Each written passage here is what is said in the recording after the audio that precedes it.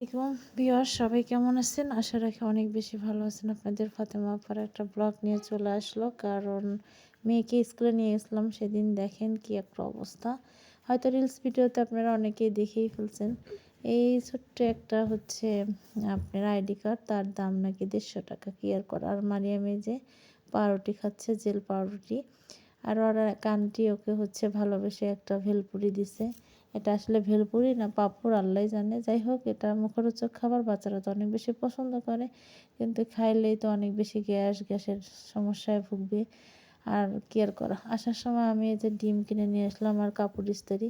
তো এসে দেখতেছি কাপড় লোকটা আমার জামা দেয়নি, শুধু সালোয়ার ওড়না দিছে, জামাটা দেয়নি।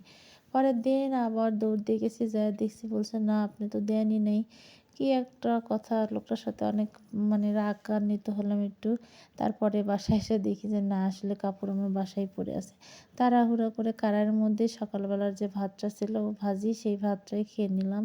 খেয়ে আবার দুপুরে রান্নার প্রস্তুতি। আমার ব্যস্ত জীবন এভাবেই পার হয়। বাচ্চা কাচ্চা নিয়ে কি আর করব, কারণ আমাকে হেল্প করার মতো কেউ নেই। তো কাজ করতে খারাপ লাগে না যদি শরীরটা ভালো থাকে, কিন্তু ইদানিং আমার শরীরটা খুবই খারাপ যাচ্ছে। কি বলবো, একদমই খারাপ।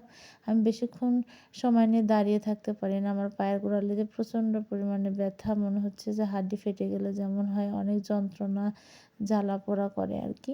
তো যাই হোক, যদি কেউ জানেন যে আসলে কেন হয়, কিসের সমস্যা থেকে হয়, তো অবশ্যই একটু সাজেশন দিবেন। আপনারা আমার ভিডিওটা যে যেখান থেকে দেখবেন একটু লাইক কমেন্ট শেয়ার দিয়ে পাশে থাকবেন।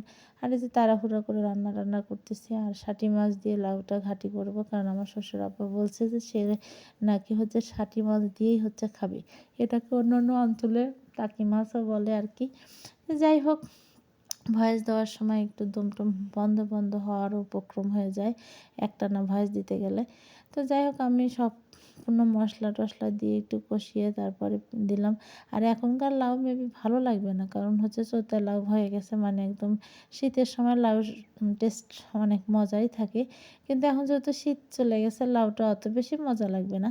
আর এদিকে স্কুলের এক ভাবি তার ছেলের আকিকের অনুষ্ঠানের একটু মাংস দিচ্ছে, তা ভাবলাম মারিয়ামার মোমোকে একটু ভুনা ভুনা করে দেই আর কি। তার মধ্যে 2টা আলু দিছি, যেহেতু মাংসের সাথে একটু আলু দিলে আলুটাই খেতে বেশি মজা লাগবে। তো এই আর কি, আমার রান্না মাশাআল্লাহ অনেক মজাই হলো অবশেষে। অনেক প্রতীক্ষার পরে, কি আর বলবো, কারণ লাউ সবজিটা প্রথমে মনে হচ্ছিল যে আসলে মজা লাগবে না, পরে আমি একটু ঘাওয়া ঘাওয়া দিলাম আর কি। তারপরে মাশাআল্লাহ অনেক মজারই ছিল, আর সুন্দরই হয়েছিল আর কি। সব মিলিয়ে সুন্দরই হয়েছে। আর এই যে আমার মেয়ে স্কুলে চলে গেছে, দেখেন কি একটা অবস্থা। অত বড় একটা মেয়ে, বিছানাপত্র যে একটু গুছিয়ে যাবে, ওর 10টার গাড়ি, দেন কিচ্ছু করে যান না। ওর জামা কাপড় পর্যন্ত এখানে এভাবে এলোমেলো করে থুয়ে যায়। তো যাই হোক, ওগুলো পরিষ্কার পরিচ্ছন্ন করলাম, করে এখন ওর জন্য যে কিনছি জামা 3টা, সেটাই আমি আপনাদের সাথে রিলস ভিডিওতে শেয়ার করলাম আর কি, সেটাই দেখালাম। আর এইদিকে আমি আরও তো ঘর মোছা, কাপড় কাচা, সেগুলো তো আছে। আমি অনেক বেশি টায়ার্ড, অনেক বেশি ক্লান্ত।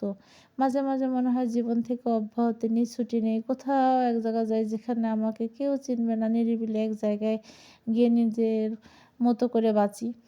তারপর আবার ভাবি না, ব্যস্ততার মধ্যে বাচ্চা কাচ্চা নিয়ে অনেক বেশি ভালো থাকতে হবে এই আর কি।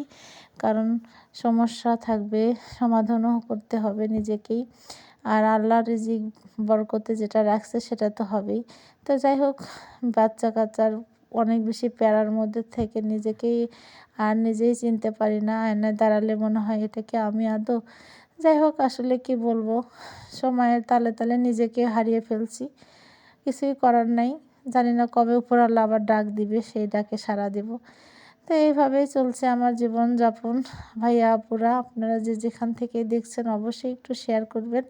আর এই যে সেই জামাটা, যে জামাটা আমি বাসায় রেখে গেছি, দেন ইস্তারিওয়ালার সাথে অনেক রাগ করলাম। এই যে আমি মার দিয়ে রেখে গেছি, পরে ওটা লন্ড্রিতেই দেইনি। আসলে দেখলাম যে আমার ওয়ারড্রোবের মধ্যেই আছে, কি আর করা আর কি। তো মাঝে মাঝে আসলে অনেক বেশি রাগ হয়ে যায় সবার প্রতি।